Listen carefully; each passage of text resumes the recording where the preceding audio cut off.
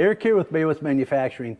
Today we're going to be installing a grain tank auger liner on this John Deere 9660 STS. Follow on with the step-by-step process how we install a grain tank auger liner for your combine.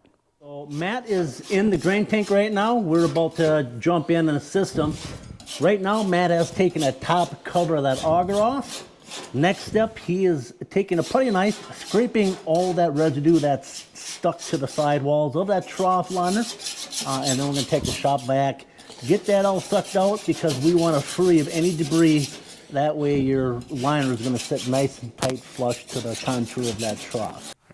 For some combines, you might need to take out a couple carriage bolts or a shim plate. That way you can get your liner nice and flush all the way to your unload auger.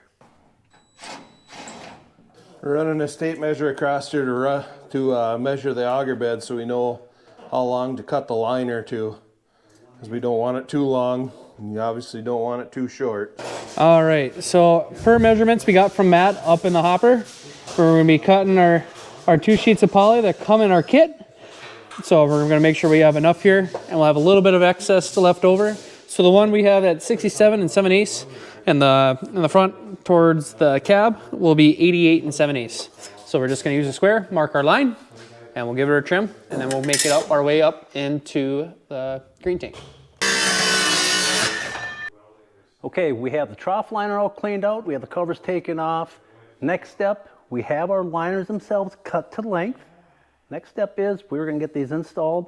Use the shims that do come with these kits. You want to slide them underneath that flighting. That'll keep this liner tight to that contour of the trough floor. And from there, we'll put our stainless steel straps in place, drill our holes, rivet it, and we'll be done putting that liner in. All right, we're back up here in the grain tank, and Ryan's going to slide the auger liner in underneath the auger. She'll be a snug fit, but once it goes, it's tight. It'll go.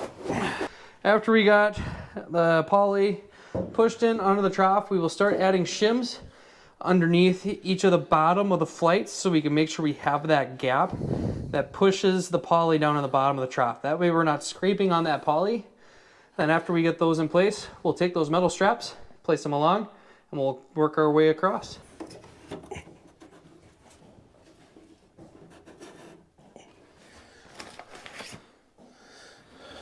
And as you work your way across, we can move these shims and move them along. We'll reuse these also for this auger right here. You'll notice there's only holes in one side of these straps. This is so when the poly expands and contracts with heat and cooling, you don't have any warping or bubbling.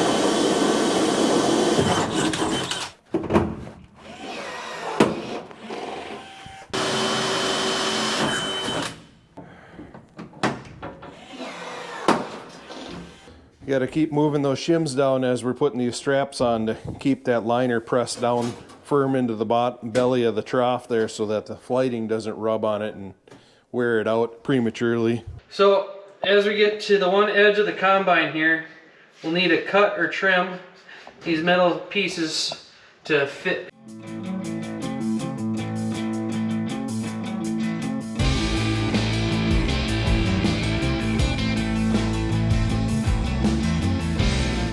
We're installing the stainless steel strips to hold the auger liner in place on this second auger liner down here. We're going to drill out the holes and then rivet them in place.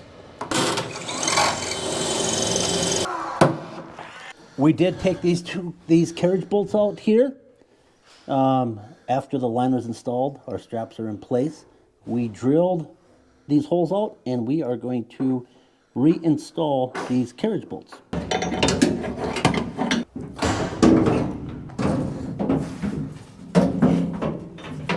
Matt, didn't take us very long to put this in at all.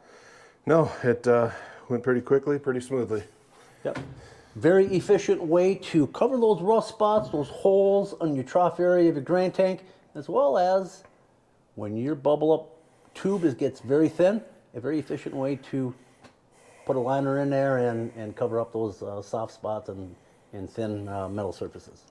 And don't forget, we also have wear shoes for your bubble up, for unload, your vertical unload, and much, much more. For more information, check out your local Midwest dealer.